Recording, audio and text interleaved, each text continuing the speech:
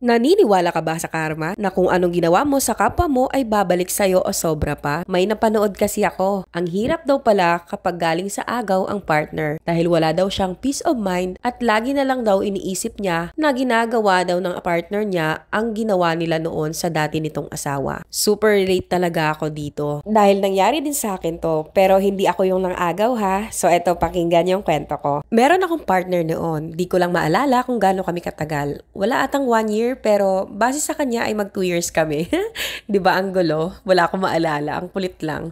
So ayun nga, ako naman ang nakipaghiwalay sa kanya pero sa part na dahil hindi ko na feel ang relationship namin at busy din siya palagi. Hindi niya nagagawang puntahan ako or kumain man kami sa labas katulad ng dati. Yun pala ay may iba na siyang hinahatid at sinusundo. O 'di ba? Akala ko pareho lang kaming busy dahil nga graduating na din ako at siya din ay may mga sinasalihang extracurricular activities. Yun pala, ibang activities ang ginagawa niya. The day ng breakup, nag-usap pa kami at tinanong niya ako kung sure na daw ba ako na makikipaghiwalay na ako. Syempre, oo agad ang sagot ko dahil wala naman akong reason to hold on. Kasi nga, hindi sapat ang love to stay in the relationship, di ba? Ganun ang mindset ko noon. At sabi ko pa sa kanya, pwede naman naming ibalik ang dating pagkakaibigan namin. Kasi nga, we were best friends bago naging kami. Sayang no? Dapat talaga hindi nagiging magkarelasyon ang mag-best friend para walang nasisirang friendships. Pero tapos na yun eh. Pero magkaibigan naman kami ulit na ngayon. At dahil magkaibigan na nga kami ulit, ay kwento niya na sa akin ang mga nangyari sa kanya. At doon ko na nalaman ang lahat. So eto na nga. Bago pala tayo magpatuloy, ay pakishare naman ang aking video na to at pakifollow na rin po ako. After 3 days ng breakup namin, ay may nagsubong agad sa akin na etong ex ko ay may kadate na daw at hinahatid sa boarding house. Ngayon, syempre kaka-break na lang namin, I felt hurt and insulted. Ayan ha, napapa-English ako ha kapag naalala ko, di ba? So, ako tong ayaw maapakan ng pride kasi nga, bago nga lang kami naghiwalay, di ba? Tapos, ayoko namang biglain ng mga taong nakapaligid sa amin na naniniwala kasi sila na magkakatuluyan na talaga kami habang buhay kasi nga marami kaming pinagdaanan at ikikwento ko na lang yan sa susunod nating video para sa part 2. At eto na nga ang pinakamasakit sa mga pangyayaring ito na pinagsisihan ko talaga hanggang ngayon. Nagmakaawa ako doon sa babae. Naghanap talaga ako ng way para mahanap ang contact ng babae. So ayun, nahanap ko nga ang contact number ni girl. At tinawagan ko at ang sabi ko sa kanya, please parang awa mo na, wag mo nang maging kayo ni ex kasi nga kakahiwalay lang namin. Please lang, maawa ka naman sa akin. Yan talaga ang exact word na mga sinabi ko sa kanya. Nagmakaawa ako na huwag muna. Pero ang sagot niya sa akin ang lalong dumurog sa puso ko. At ang sabi niya sa akin ay sila na daw kahapon pa. Ibig sabihin, sila na 3 days pa lang kaming naghiwalay.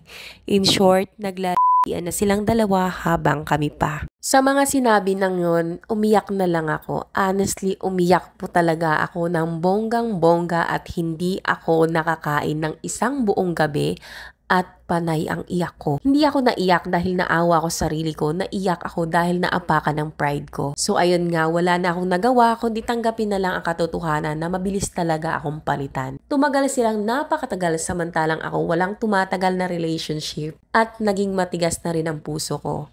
Dahil natatakot ako na baka maulit sa akin ang ginawa ng ex ko. Tapos matagal na sila, umabot mga 3 years. Tapos ako tahimik na ang buhay ko. Dito na ako sa Luzon, nagtatrabaho. Tapos meron akong naipost at wala naman akong pinapatamaan. Relate lang ako, ganun. Di ba ganun naman tayo kapag relate tayo sa isang post, sinishare natin. Tapos nagulat na lang ako, biglang nagchat sa akin ang kaklase ko nung college. Tinanong ako kung friend ko daw ba sa FB at nakita ko daw ba ang post ng jowa ng ex ko. Sabi ko, hindi kasi, hindi naman talaga kami friends. At ayun, sinend niya sa akin ang mga post ng babae. Pero hindi ko naman nakita na para sa akin. Not until sinend niya sa akin ang mga comment ng babae dun sa post niya mismo. Mentioning my name and dragging my family's name and reputations. At gusto nga nun ni mama nakasuhan siya. Pero ako na nagsabi na wag na kasi kawawa naman siya at sayang ang future na. At walang mother ang babae na para mag-guide sa kanya. Siguro, walang nagsasabi sa kanya na mali ang mga ginagawa niya. So, hinayaan ko na lang. Aside sa post na yon, madami pa siyang ginawa na nakarating sa akin pero hindi ko na pinatulan dahil naniniwala ako nalalabas din ang totoo. Ganun. Umabot sila ng over 10 years. Hindi ko na bibigkasin yung saktong taon ha. Baka malaman nila na sila to. Pero sila talaga to.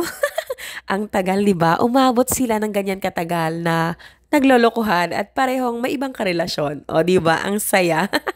This is the best part for me. Huwag niyo isiping masamang tao ako. Talagang masamang tao ako. So, ito na.